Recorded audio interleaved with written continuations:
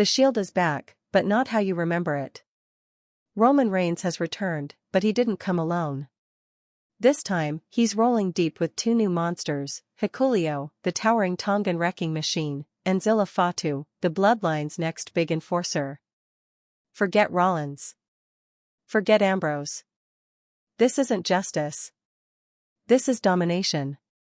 Is this the birth of a darker, deadlier Shield 2.0? Or the start of Roman's takeover 2.0? Either way, WWE will never be the same. You either die a hero, or you live long enough to become the nightmare you once fought against. The lights went dark. The crowd roared, but not in joy. It was confusion. Then, that unmistakable theme hit. Not the old Shield sirens, not even Roman's head of the table theme, this was something different. Something darker. Something heavier. Then he walked out. Roman Reigns. Leather-clad. Chin down. Not flanked by the Usos. Not solo. Not even Paul Heyman. This time, standing on either side of him were two towering silhouettes the WWE Universe barely recognized, but would never forget again, Hikuleo and Zilla Fatu. And just like that, the air changed. This wasn't nostalgia. This wasn't about bringing back justice. This was a message, forget the Shield you remember. This is domination reborn.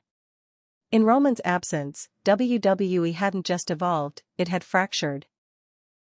Cody Rhodes was gaining traction, Seth Rollins was holding Raw on his back, and even mid-card talents like LA Knight were getting white-hot reactions. There was talk, loud talk, that maybe Roman's era was over. The Bloodline story had seemingly peaked. The Usos had turned. Solo was floundering. Heyman was dodging cameras like a man with no kingdom left to protect. It felt like the tribal chief had retreated, maybe even permanently. The once feared aura of the Bloodline was leaking away. That's when WWE did what they do best, flip the script.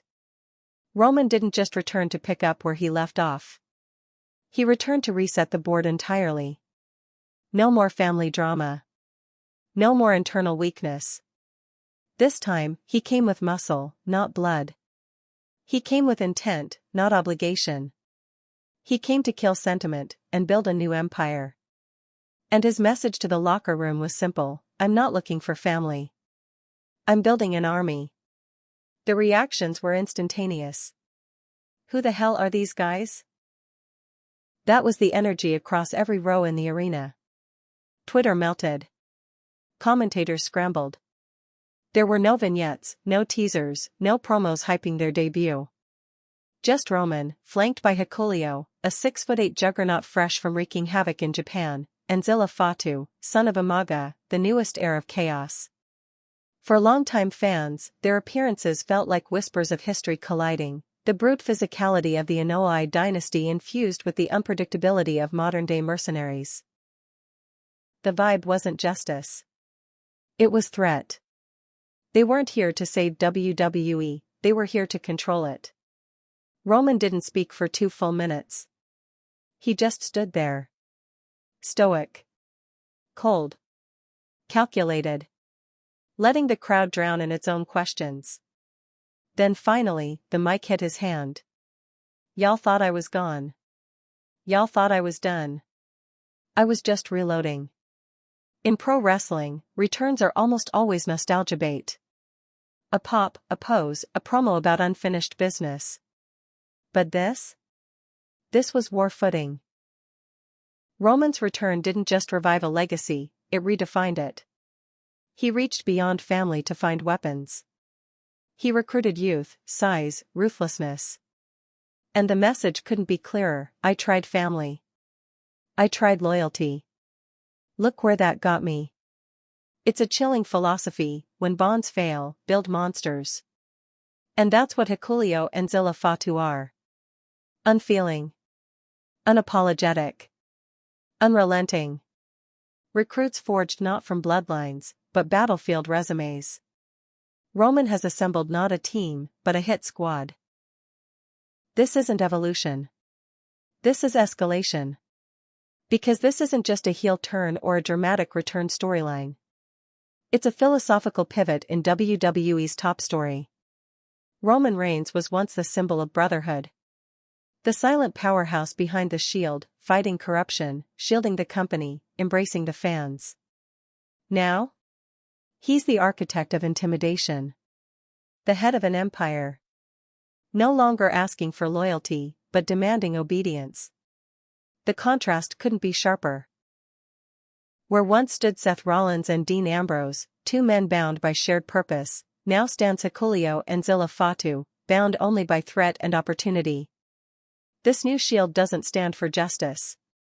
It stands for dominance. For fear. For retribution. This is not the Shield you remember. The implications are massive. Roman is no longer playing the role of champion, he's playing the role of final boss. The guy who doesn't chase titles anymore, because he defines who's allowed to hold them. Think about it. What happens to Seth Rollins now that the new Shield might hunt him? What happens if Zilla Fatu takes the US title as a signal of territory expansion? What happens when Hikuleo marches into Raw like it's owed to Roman? And what if Solo Sikoa isn't invited back? This isn't just a comeback. It's a hostile takeover. Because we've seen what Roman can do when he's defending something. Now we're about to see what happens when he's reclaiming everything. And with Hikuleo and Zilla Fatu at his side, every champion, every veteran, every golden boy is now living on borrowed time. The old Roman Reigns demanded acknowledgement. This one? He'll take it. The Shield is back, but this isn't a reunion. It's a redefinition. A warning. A line in the sand. It was November 18, 2012. The night of Survivor Series. Ryback was seconds away from taking the WWE Championship from CM Punk. The crowd was electric, on edge. Then, out of nowhere, three black-clad figures stormed the ring through the crowd, fists flying, dragging Ryback down like wolves on a wounded animal. No music. No warning. No mercy. Seth Rollins. Dean Ambrose. Roman Reigns. The Shield. In that moment, WWE changed. Three unknowns from NXT had just gate-crashed the main event and aligned themselves with the most polarizing world champion in years. They weren't here to introduce themselves. They were here to make a statement. Justice had arrived, and no one was safe. They called themselves the Shield of Justice. But this wasn't about morality. It was about force. Impact. Disruption. Their brand was chaos, wrapped in purpose. Every attack felt planned, every target chosen with precision. Their movements were military. Their mission was clear: destroy anything that reeked of corruption or complacency. At a time when WWE had grown predictable, the Shield brought danger. In a landscape of catchphrases and entrance poses, they brought violence and silence. They wore black tactical gear, came through the crowd, and fought like a pack of wolves. Each man had a role, a distinct energy that made the trio greater than the sum of its parts. Rollins was the wild card. Agile, acrobatic, and unhinged. The architect in chaos. He brought unpredictability and a daredevil's risk. Ambrose was the lunatic. Gritty, street-smart, with the aura of a man who might either save you or stab you in the back.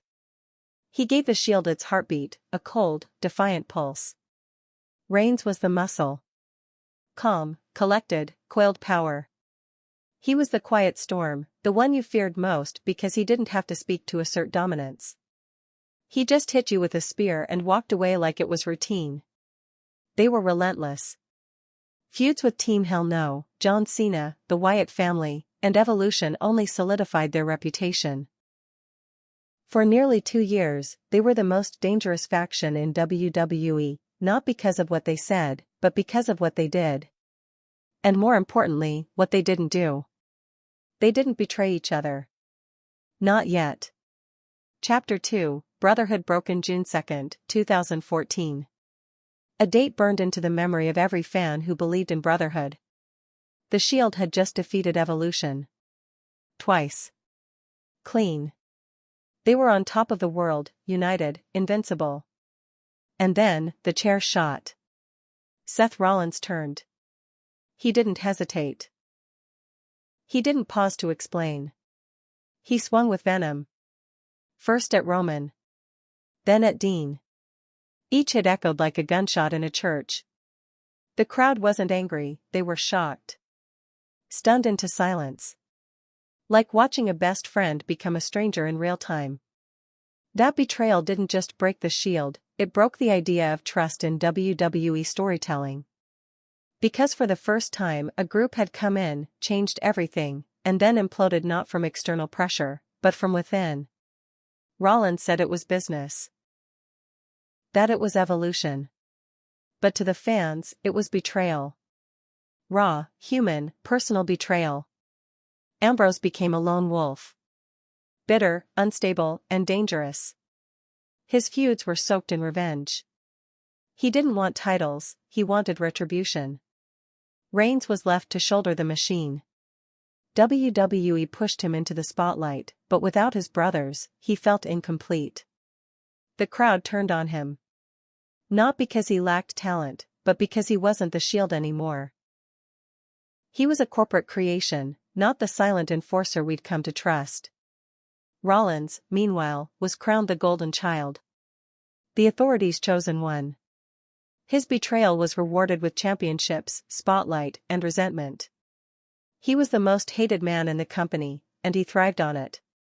Each man's trajectory was shaped by that one moment. The chair shot that turned warriors into rivals.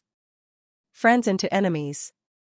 But here's the deeper truth, the Shield didn't die that night. It fractured. It mutated. It embedded itself into every storyline, every title chase, every WrestleMania moment for the next decade.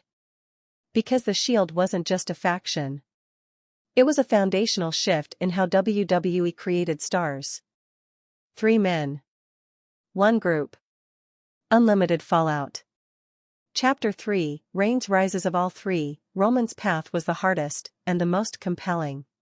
He was the chosen one, yes. But chosen too early, before the fans were ready to let go of the group that brought them there. His solo run was met with boos not because of who he was, but because of who he wasn't. He wasn't their Roman. He wasn't the Shield's Roman. He was Vince's Roman. Still, he persevered. For WrestleMania main events in a row. High-profile feuds with Brock Lesnar, The Undertaker, Triple H, and John Cena. Championships won and lost. Always fighting. Always standing up after the spear, after the Superman punch, after the hate. Then, in 2018, reality hit harder than any storyline could. Roman announced he had leukemia. The crowd, hostile just weeks before, fell silent. It was the first time fans truly saw the man behind the character. The warrior was mortal. Vulnerable. And for the first time in years, the boos stopped. He returned stronger. Healthier. But changed. Wiser. He no longer played the smiling babyface. He didn't fight for the fans. He fought for himself. For his family. For legacy. In 2020, during the pandemic, Roman did the unthinkable, he turned heel. Aligned with Paul Heyman. Declared himself the tribal chief. And in doing so, finally unlocked the version of himself that had been lurking in the background all along. Not the muscle. Not the corporate champion. The king. The Shield's enforcer had become the head of the table. And ironically, it was that heel turn that made fans fall in love with him again. Because for the first time, he wasn't playing a role. He was commanding the screen. Quiet when he wanted to be. Explosive when necessary. Manipulative. Brilliant. And deadly. He made SmackDown his show. Every storyline bent to his orbit. Every feud felt personal. Every promo felt like a conversation with fate. In those moments, you realized, Roman had never left the Shield behind. he had evolved it. Inside himself. He was the mission now. He was the justice. And eventually, he'd be the judge. It started as a family alliance. 3 cousins, 1 legacy. Roman Reigns, Jey Uso, and Jimmy Uso. 3 men born into wrestling royalty. Sons and nephews of Samoan warriors who had dominated every era of WWE, from Yokozuna to Umaga, from Rikishi to The Rock. The Inoue family tree ran deep. And Roman didn't just come from that bloodline, he was about to weaponize it. When Roman returned from his leukemia battle and aligned with Paul Heyman in August 2020, the shift was instant. No more pandering. No more crowd-pleasing. He was colder. Leaner. Smarter. A predator, not a protector. But dominance requires soldiers. And Roman didn't look far. Jey Uso was the first to fall in line, but only after being broken. Their match at Clash of Champions was a brutal display of family dysfunction. Jey fought Roman not as a challenger, but as a cousin desperate to be seen as an equal. Roman beat him down, physically and emotionally. He didn't just win the match, he made Jey call him tribal chief. When Jimmy tried to intervene, Roman choked him out too. This wasn't about gold. It was about power. Roman wasn't building a team. He was asserting hierarchy. He was the head of the table, and everyone else? They either acknowledged him, or got crushed. The Usos eventually fell in line. They had no choice. And thus, the Bloodline was born. A faction unlike any WWE had seen. Not built on loyalty, but fear. Not on respect, but survival. Not on justice, but family debt. Over the next 2 years, the Bloodline ran WWE with surgical precision. Roman held the Universal Championship hostage. Jey and Jimmy racked up tag titles. Paul Heyman orchestrated strategy from behind the scenes, pulling strings with the finesse of a mafia consigliere. The message was clear: the family eats after the tribal chief has eaten. Not before.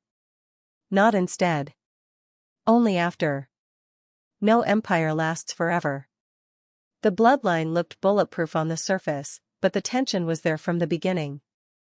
Roman's control wasn't leadership. It was domination. And while Jey and Jimmy wore the titles, they also wore the scars. Enter Sami Zayn. The wild card nobody expected. The honorary Yus. A man not by blood, but by bond. Sami inserted himself into the Bloodline like a virus disguised as a friend. He brought laughter to an otherwise grim faction. He softened Roman's edge. He gave the crowd a reason to care again. For months, fans were more invested in Sami's acceptance than any title defense. But Roman doesn't do loyalty. He does control. And when Sami hesitated during the beatdown of Kevin Owens at the Royal Rumble, the illusion shattered. Sami struck Roman with a steel chair, an echo of Rollins' betrayal years earlier. History didn't just repeat, it mocked Roman to his face. The fallout was devastating. The Bloodline imploded in slow motion. Jimmy stayed loyal. Jey wavered. Solo Sikoa, the youngest brother, was pulled up to balance the scales, a quiet enforcer with dead eyes and heavy hands. The family became a war zone, each member torn between tradition and truth. The cracks became visible. Then audible. Then violent. The audience watched as WWE transformed family drama into Shakespearean warfare. Each promo, each stare down, each silence carried weight. It wasn't about who held what belt, it was about who betrayed who felt disrespected, who felt replaced. Roman wasn't just defending a title anymore. He was trying to hold together a dynasty collapsing under its own weight. And the tragedy was that he didn't see it. Or worse, he saw it, and didn't care. By the time 2023 turned into 2024, the question hanging over WWE wasn't if Roman would lose, it was how badly. Cody Rhodes was hot. Seth Rollins was unshakable. LA Knight was exploding in popularity. Even Jey Uso, the former lapdog, had found his spine and his voice. Roman wasn't just being out-wrestled, he was being outshined. His schedule became sporadic. Appearances limited. Defenses rare. And each time he did show up, it wasn't with dominance, it was with desperation. The once glorious tribal chief now needed Solo to do his dirty work. He needed Heyman to spin his PR. He needed external interference just to survive. Worse still, Jimmy turned on Jey in a move that fans read as forced, even illogical. The storytelling thread that once felt rich and complex started to fray. Roman's empire felt bloated. Unsteady. Artificial. For months, fans whispered it, the bloodline is stale. And then Roman vanished. After WrestleMania XL, he disappeared from TV. No explanation. No promo. Just absence. Speculation exploded. Injury? Burnout? Creative reboot? Whatever it was, WWE stayed silent. But that silence wasn't the end of the story. It was the reset button. And Roman wasn't just coming back to reclaim what he lost. He was coming back to erase everything that made him vulnerable. Family. Emotion. Loyalty. In their place? He would build something new. Not with brothers. With killers. Who is Hikuleo? In the world of pro wrestling, there are giants, and then there are forces of nature. Hikuleo falls in the latter category. Born Talafifida, Hikuleo is the son of Haku, one of the most respected and feared men to ever step foot in a wrestling ring. To understand Hikuleo, you have to understand his lineage. Haku wasn't just a wrestler. He was a legend, known for his toughness in and out of the ring. The kind of man other wrestlers whispered about in locker rooms. If Haku was respected, it was out of awe and fear. Hikuleo inherited every inch of that presence, and added 6 more feet to it. Standing at 6 feet 8 inches and weighing close to 270 pounds, Hikuleo is a physical anomaly. But unlike most big men who are content with lumbering offense, Hikuleo moves with shocking fluidity. Years of training in New Japan Pro Wrestling, NJPW, hardened him into something far more dangerous than just a big man. He became a threat that moved like a hybrid. In NJPW, Hikuleo cut his teeth in the trenches. Tag matches, 6-man wars, and brutal G1-style fights. He learned discipline under the Bullet Club umbrella but never let himself be overshadowed. While others politicized, Hikuleo sharpened. His breakout came when he turned on Bullet Club stablemates and aligned with his brothers, Tama Tonga and Tanga Loa, former WWE talents themselves. In those moments, fans saw something shift. Hikuleo wasn't just tagging along anymore. He was planting his own flag. He began dominating in singles matches. Chokeslams that shook the ring. Lariats that took heads off. His offense became more aggressive, more efficient. No wasted motion. No theatrics. Just punishment. And while his demeanor stayed cold, there was always a sense of deeper purpose behind his gaze. He wasn't wrestling for money or spotlight. He was building a legacy that could stand beside his father's without being defined by it. So why would a man like Hikuleo leave New Japan to join Roman Reigns? Because domination attracts domination. Roman didn't just want big men. He wanted men forged in violence. Men who understand that loyalty is transactional, but destruction is permanent. Men who don't smile for cameras or perform for cheers. Men who hit hard, move fast, and ask no questions. Hikuleo fits the mold perfectly. In many ways, he's the ideal version of what Roman used to be in the Shield. Silent, lethal, and impossible to move. But now he's older, meaner, and has seen what true control looks like. Roman offered him a kingdom. Hikuleo came to collect. Who is Zilla Fatu? While Hikuleo brings brute power, Zilla Fatu brings blood. Real blood. Born Joseph Fatu, Zilla is the son of Umaga, another member of the legendary Anoa'i family. But unlike his cousins who grew up within the WWE system, Zilla's road was dirtier. Rougher. More real. Before wrestling, Zilla served time in prison. He's been open about it. He was caught up in street life, living fast, heading nowhere. And then he got out. And then he got focused. Training under Booker T at Reality of Wrestling, Zilla didn't skip steps. He didn't play the Bloodline card to leapfrog others. He started from the bottom and made it known he wanted to carve out his own path. Not as Umaga's son. Not as Roman's cousin. But as Zilla. No fluff. No filter. Watching him wrestle is like watching a storm move through a ring. There's a distinct intensity behind every move. His in-ring style borrows elements from his father, savage headbutts, Samoan drops, the corner hip attack, but Zilla's pacing is different. He's colder. Calculated. He lets opponents breathe, then suffocates them when it counts. He doesn't show emotion, not because he lacks it, but because he knows better than to let you see it. The prison mentality is real in his ring psychology. He fights like a man who knows what losing costs outside of kayfabe. There's no wasted energy in his matches. Every punch looks like it's meant to finish you. Every slam has a purpose. And when he pins you, there's no gloating. Just a look that says, you never stood a chance. Zilla's promos are few. When he does speak, it's straight talk, no metaphors, no insider slang. He speaks like a guy you meet in a back alley, not at a media scrum. So again, the question, why Zilla? Why now? Because Roman's playbook has evolved. He's not just looking for skilled wrestlers. He's looking for people the audience can't figure out. Characters that aren't built in a lab, but bred from real chaos. Zilla brings that edge. He's unpredictable. He doesn't have years of WWE training. He doesn't care about traditions.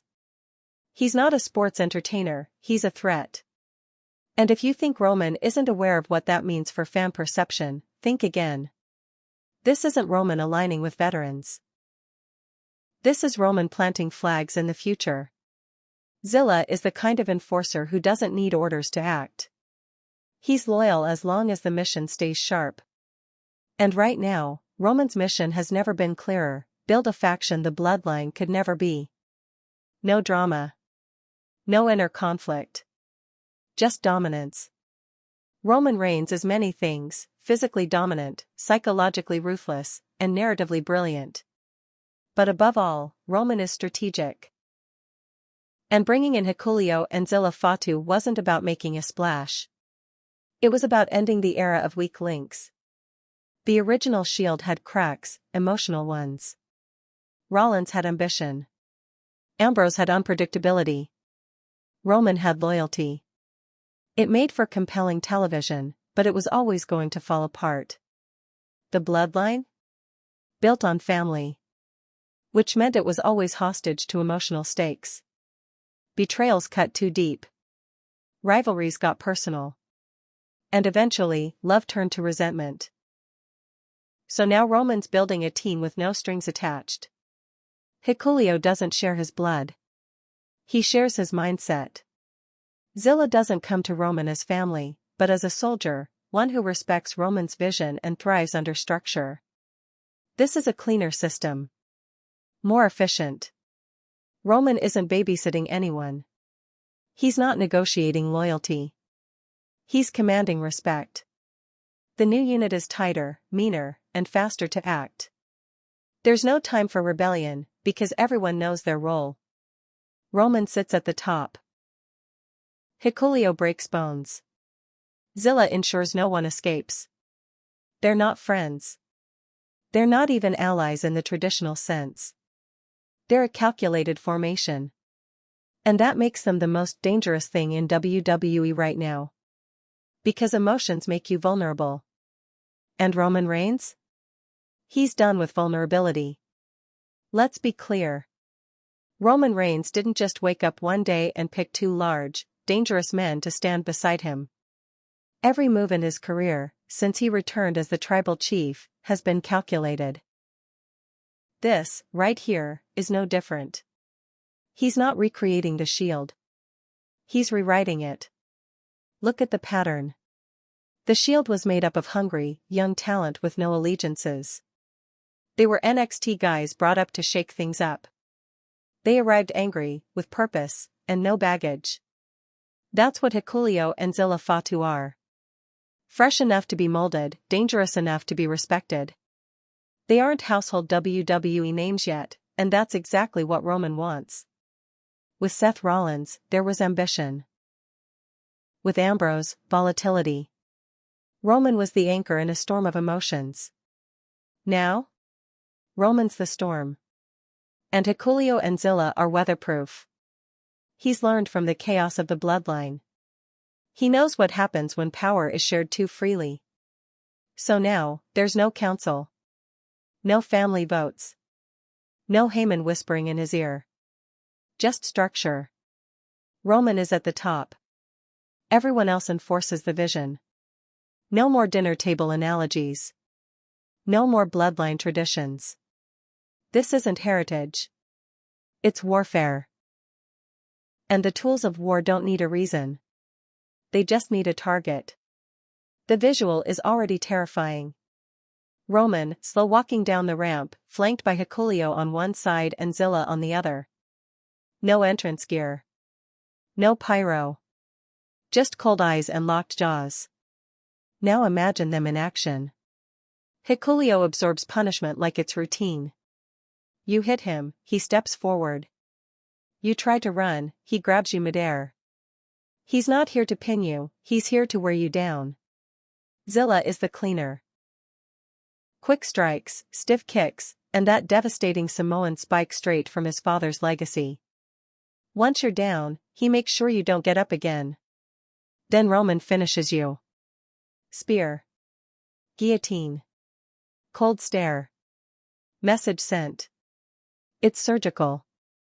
But it's also psychological. Each match isn't just about the outcome, it's about the demonstration. The intimidation. Every beatdown serves a purpose. Every moment in the ring is a billboard for Roman's new era. The pacing is slower. More suffocating. This trio doesn't rush. They control time. You don't wrestle them, you survive them. And few do. The Shield used to be about chaos. This is about inevitability. Every faction sends a message. DX sent a message, rebellion is fun. The NWO said, we're taking over. The Bloodline said, family rules everything. But this new formation under Roman Reigns? It doesn't speak. It doesn't pose. It imposes. To every wrestler watching backstage. Whether it's Cody Rhodes, Seth Rollins, Gunther, Solo Sikoa, or even John Cena, this new Shield says one thing loud and clear: you're not safe. Not if you're a champion. Not if you're a legacy act. Not if you think you're owed something. This isn't a group that plays politics. This is a group that plays for keeps. And because Roman doesn't need to explain his strategy anymore, he doesn't waste words. That silence is part of the threat. It keeps the roster guessing.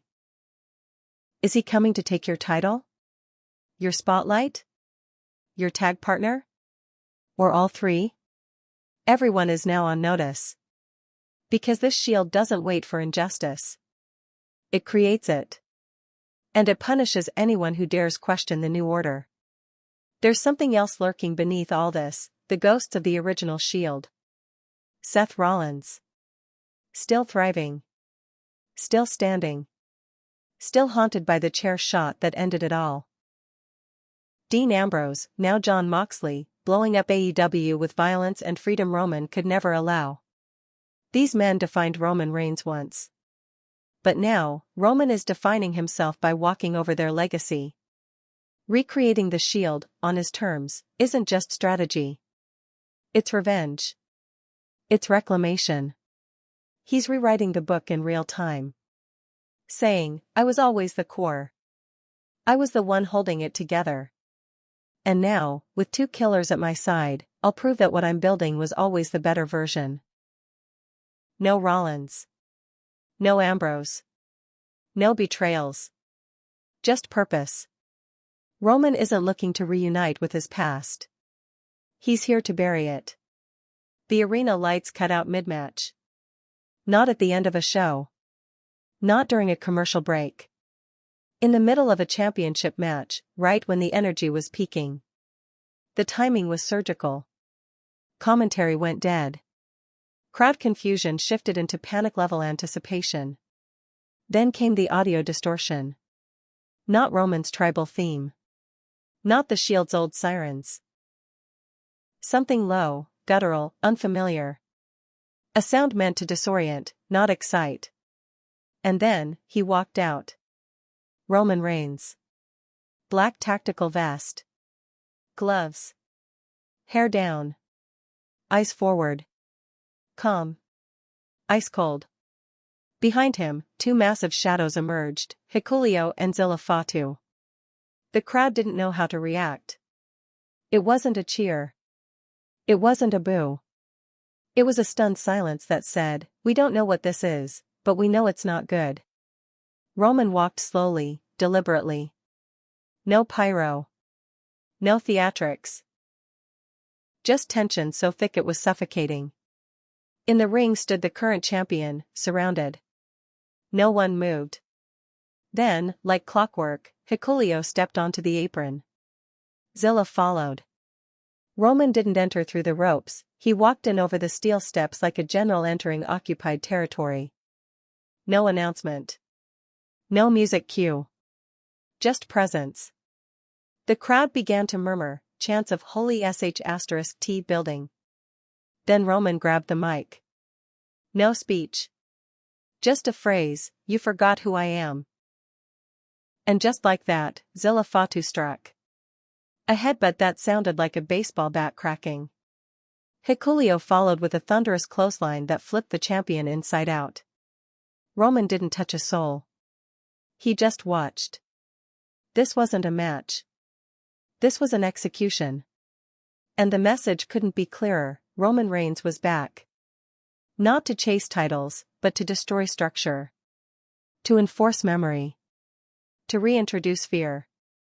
The Shield was born out of principle, at least in theory. It was about purging corruption from WWE, leveling the playing field, enforcing justice. This isn't justice. It's a hostile takeover.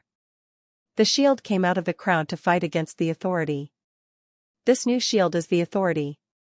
There's no injustice to correct. No moral compass to follow.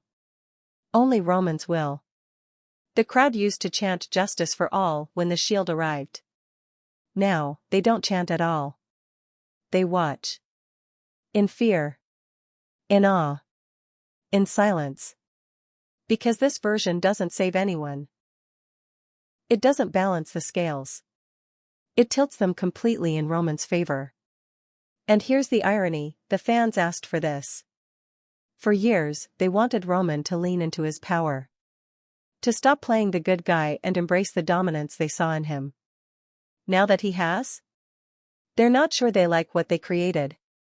The old Shield was a team. This is a regime. The debate began instantly. Is this a rebirth of the Shield, or just the next iteration of the Bloodline? There's evidence for both. The tactical gear. The crowd entrance. The trio silhouette. The overwhelming beatdowns. That's all Shield DNA. It's undeniably a callback. But the leadership structure? That's Bloodline. Roman isn't an equal partner here. He's the undisputed general. There's no question of shared power. Hikuleo and Zilla follow orders. Period. Then there's the origin. The Shield came from rebellion. This formation comes from retaliation.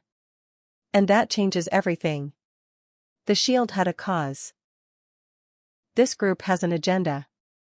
Some fans call it Shield 2.0 out of instinct.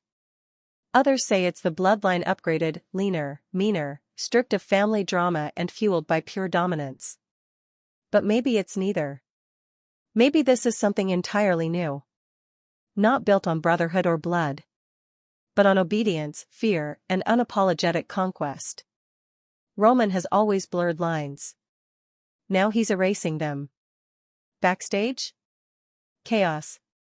Talent reportedly scrambled to reorient plans. Who's facing this new faction? Who's safe? Who isn't? Commentary, kayfabe or not, was speechless. Are we seeing the Shield reborn? One announcer stuttered. Online, fans were split.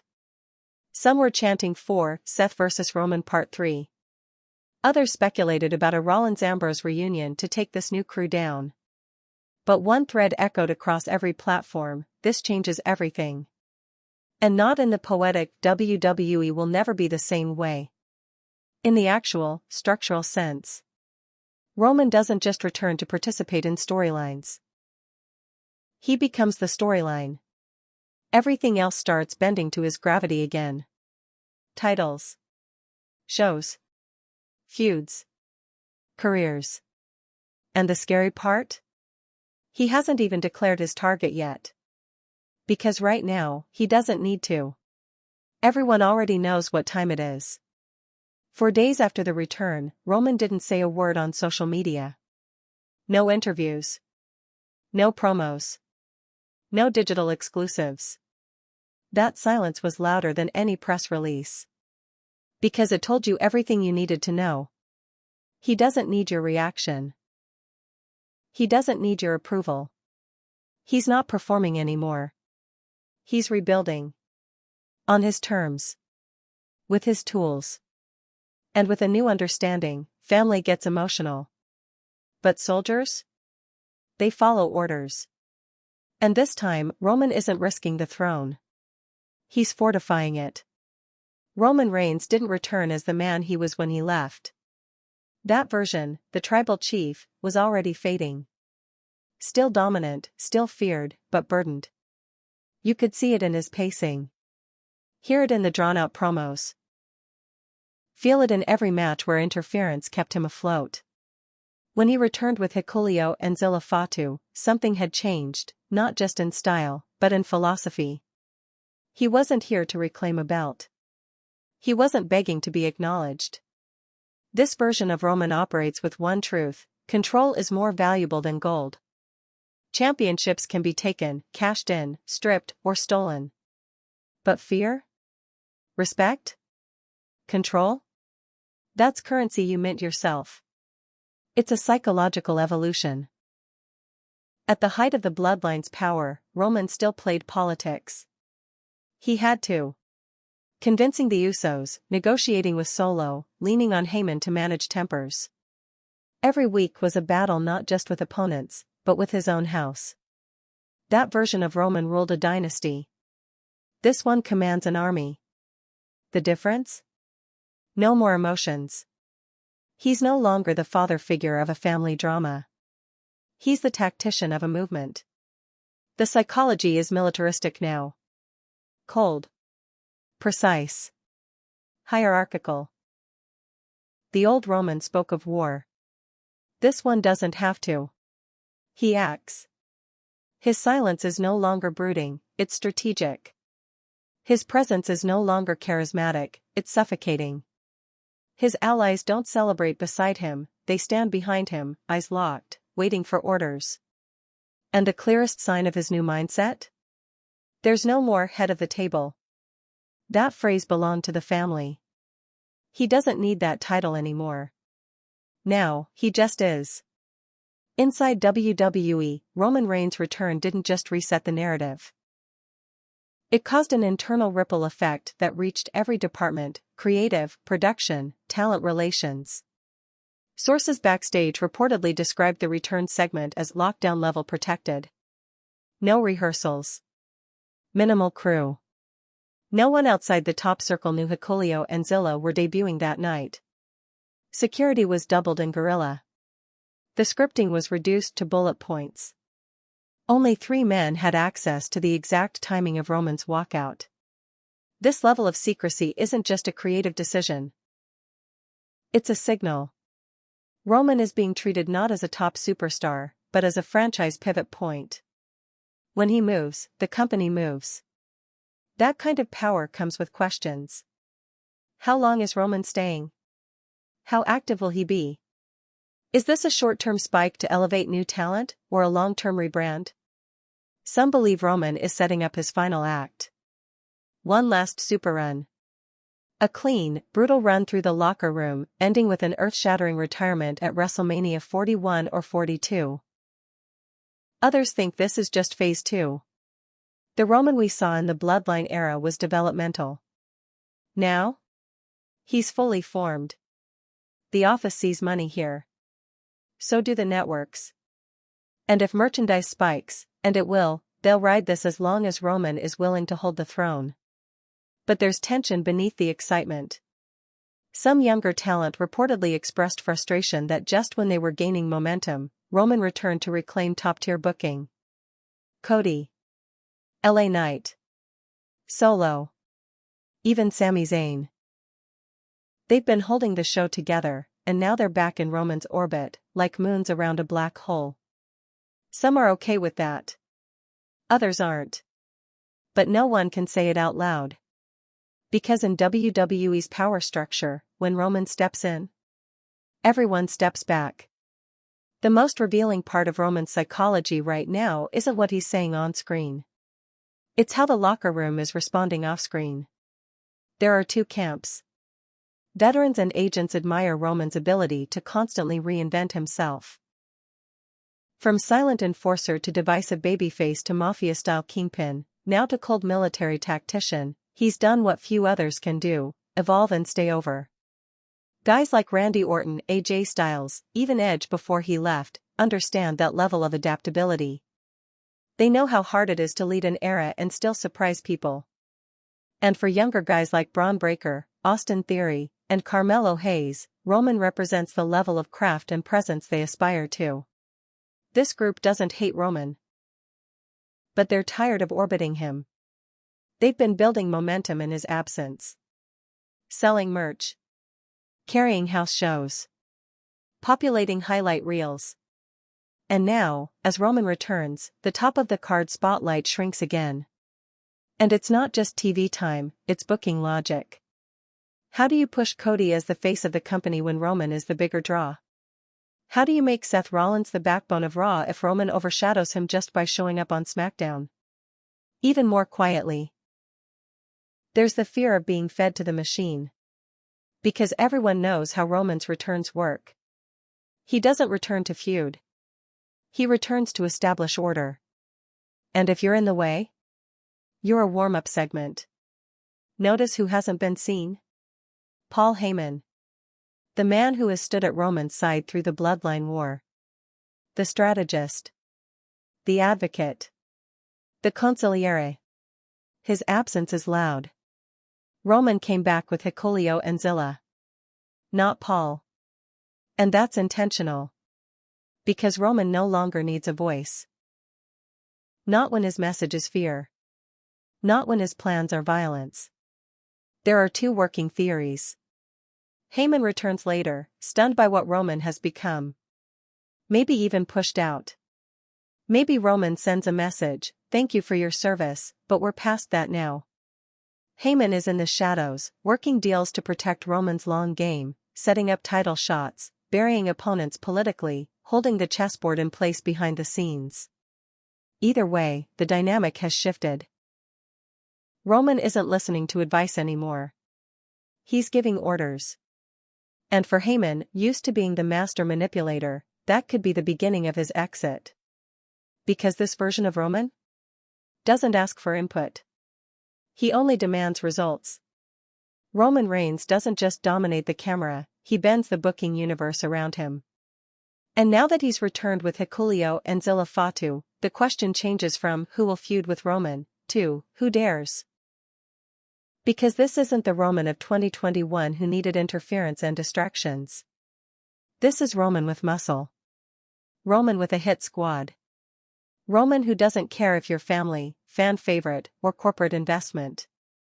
Cody Rhodes? He's still a top contender. The story isn't finished. But now the road back to Roman has grown darker and more dangerous. Cody has gone from chasing a man to trying to dismantle an infrastructure. Seth Rollins? There's history. There's animosity. But Seth is a workhorse with a bad knee and a title Roman doesn't even care about.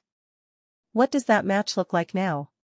Can Seth outmaneuver a three-man operation built for destruction? Jey Uso? The emotional core of the Bloodline saga. But his redemption arc may not hold weight against the machine Roman has constructed. A man with heart is still just a man when facing an army. LA Knight? Possibly the most over babyface not named Cody. But his rise is still new. His catalog doesn't match Roman's mythos. His momentum might not be enough. Solo Sikoa? Now we're talking betrayal. Now we're talking bloodline remnants turning on the king. But Solo's loyalty is still unclear. He may align with Roman again. Or he may be next on the chopping block. With Roman back in full force, every penciled-in WrestleMania plan is now up for reconsideration. WWE plans long-term, but Roman forces long-term plans to change. If WrestleMania 41 was supposed to be Cody's crowning moment, again, it's now complicated. Because the original finish the story moment already happened in Philadelphia. Roman took the L, Cody took the belt. But with Roman back and more dangerous than ever, fans are already asking, was that the real ending, or just part one? Another Cody-Roman match wouldn't feel stale. It would feel essential. But now it needs a new layer. Maybe Cody has to fight through Zilla and Hikuleo to earn it. Maybe the stipulation changes, Hell in a Cell, Last Man Standing, or even a faction war main event. Seth Rollins could still be slotted in. Maybe as a dual title match. Maybe as a Shield reunion angle with stakes that go deeper than belts. Then there's The Rock. Yes, again. Because if this is Roman saying, I'm not just the head of the table, I've moved past the table entirely, then The Rock becomes a symbol of the past Roman wants to obliterate. That match, even without a title on the line, would sell out any stadium on earth. And what about Hikuloe and Zilla? WrestleMania could be their first real test. Tag titles? Dominance displays? A match against Solo and Jimmy? Or even a showdown with a resurrected group, Sami and Kevin, or Rollins with a new team? Roman's return doesn't just promise matches. It forces confrontation. Because now the question isn't who deserves the spotlight. It's who survives the storm. The Judgment Day. Imperium. LWO. The Hurt Business, if it reforms. Even potential NXT crossovers. They all look different now. Because Roman has returned with a unit that operates outside the norm. They don't win titles to gain status. They inflict damage to create space. Every other faction suddenly looks theatrical by comparison. Judgment Day has mind games and Pyro Imperium has honor and technique. LWO has legacy. Roman's new squad has terror. And that's a different vibe entirely. So what do those factions do? They either evolve or vanish. The era of performative stables may be over. The crowd doesn't just want catchphrases and custom t-shirts anymore. They want consequence. Impact. Factions that mean something when they enter a ring. Roman's return forces everyone to ask the same question, are you here to entertain? Or to control? From a business standpoint, Roman's return is a win. Ticket sales will spike. Ratings will rise. Merch will fly. But creatively? Emotionally? The fans are split. There are those who missed Roman deeply. Who saw the Bloodline saga as the most compelling story in wrestling history. Who are thrilled to see him back, darker and more dangerous. Then there are those who fear the repetition. Who don't want Roman choking the top card again. Who want new faces in main events. Knight, Hayes, Breaker, Waller, who see Roman's return as a shadow over their favorites. And then there are the undecided. Watching. Waiting. Wondering. Because this version of Roman isn't the tribal chief. He's not even a champion. He's something else. A specter. A standard. And whether fans love it or hate it, they know they have to respect it. And that's power. That's what keeps WWE united behind him. Because every match booked in the wake of his return now has meaning. Not because of titles, but because of threat. Roman Reigns came back to take control. To rewrite his legacy. To erase the parts of himself that were vulnerable. But domination has a cost. And if WWE has taught us anything, it's this: the more control you seize, the more enemies you create. Hikuleo and Zilla are loyal, for now. But loyalty built on fear has a shelf life. What happens when Zilla wants a title? What happens when Hikuleo gets tired of orders? What happens when Paul Heyman returns? What happens when Seth stops ignoring the ghost of the Shield? Roman may believe he's built an empire immune to collapse. But we've seen this story before. The stronger you build the walls, the harder they fall. What we're witnessing isn't a storyline comeback. It's a hostile rewrite of WWE's status quo. Roman Reigns didn't just walk back into the spotlight. He stormed through it, flanked by 2 towers of destruction, and declared that the past is dead. That nostalgia is weakness. That sentiment is useless. This isn't a reunion. It's an exorcism. The Shield is back, only in silhouette. Familiar shapes. Familiar formation. But the soul is different. No brotherhood. No cause. No shared purpose. Just one man, enforcing his will. And behind him, 2 monsters who owe nothing to the past and everything to power. That's the message Roman sent when he returned. You don't need Rollins. You don't need Ambrose. You don't need justice. All you need is fear. Roman has rebuilt the idea of dominance without legacy, without loyalty, without compromise. No family dinners. No ceremonial acknowledgements. No excuses. The audience expected evolution. What they got was eradication. Eradication of trust. Eradication of weakness. Eradication of anything that doesn't fall in line. This new faction, whatever you want to call it, Shield 2.0 or Bloodline 2.0, isn't built to tell a long, winding story. It's built to enforce a new order. And you feel it across every brand, every division. Men who once climbed toward title shots are now calculating escape routes. Stars who were once the story now feel like side quests. Because when Roman enters the arena now, everything else pauses. Even the crowd holds its breath, not to cheer or boo, but to anticipate. The old Roman fought for acknowledgement. This one?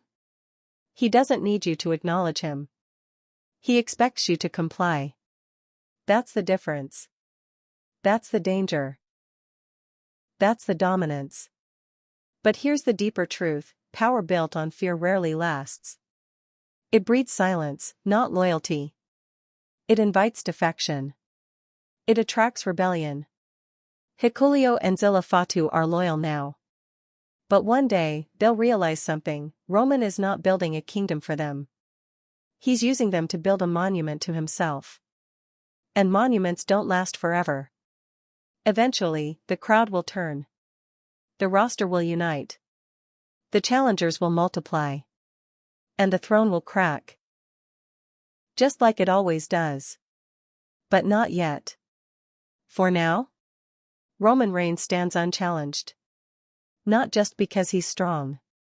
Not just because he's dangerous.